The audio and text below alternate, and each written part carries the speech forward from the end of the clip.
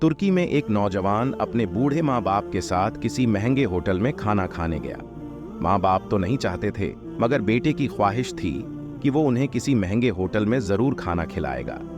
इसीलिए उसने अपनी पहली तनख्वाह मिलने की खुशी में माँ बाप जैसी असीम हस्तियों के साथ शहर के महंगे होटल में लंच करने का प्रोग्राम बनाया। लड़के का बाप बीमार था।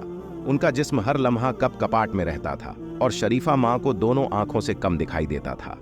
ये शख्स अपने बूढ़े माँ बाप के साथ जब होटल में दाखिल हुआ तो वहां मौजूद अमीर लोगों ने सर से पांव तक इन तीनों को यूं अजीबोगरीब नजरों से देखा जैसे वो गलती से वहां आ गए हों। खाना खाने के लिए बेटा अपने दोनों माँ बाप के दरमियान बैठ गया।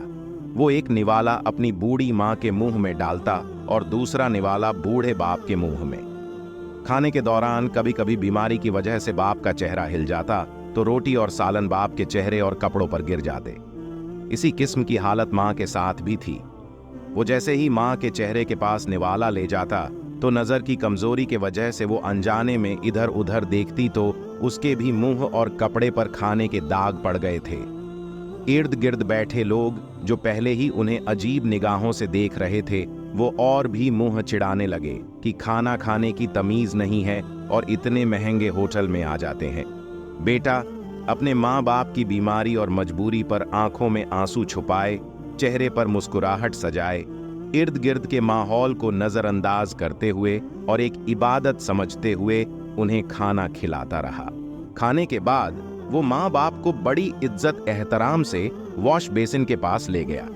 वहां अपने हाथों से उनके चेहरे साफ किए, कपड़ों पर पड़े दाग धोए और जब वो उन्हें सहारा देते हुए बाहर की तरफ जाने लगा तो पीछे से होटल के मैनेजर ने आवाज दी और कहा, बेटा तू हम सबके लिए एक कीमती चीज यहां छोड़े जा रहे हो।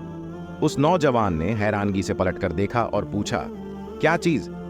मैनेजर अपना चश्मा उतारकर आंसू पोंछते हुए बोला, बेटा आपने नौजवान बच्चों के लिए सबक और बूढ़े माँ बाप के लिए उम्मीद छोड़ी है। नाजरीन, माँ बाप की खिदमत ही सबसे बड़ी इबादत है।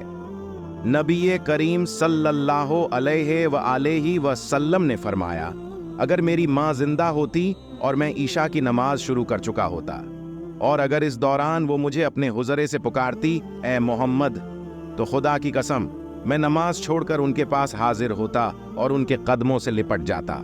अल्लाह पाक से दुआ है कि वो हमें अपने वालिदैन का अदब व एहतराम और खिदमत की तौफीक अता फरमाए।